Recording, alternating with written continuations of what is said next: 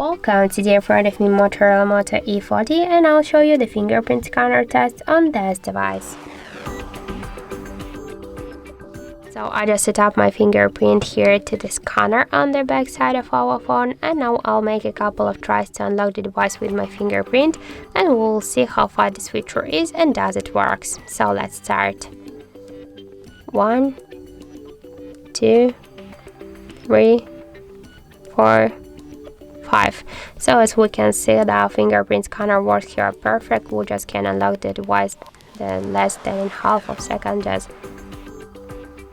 I'm just make a simple touch it to unlock. I'm not pressing it, I'm not just lifting it here, I just make a simple touch, so we can see that the scanner works here correct. So I just suggest you to try this unlock method, but don't forget that the fingerprint is less secure than the passcodes or PIN codes unlock methods. So that's it.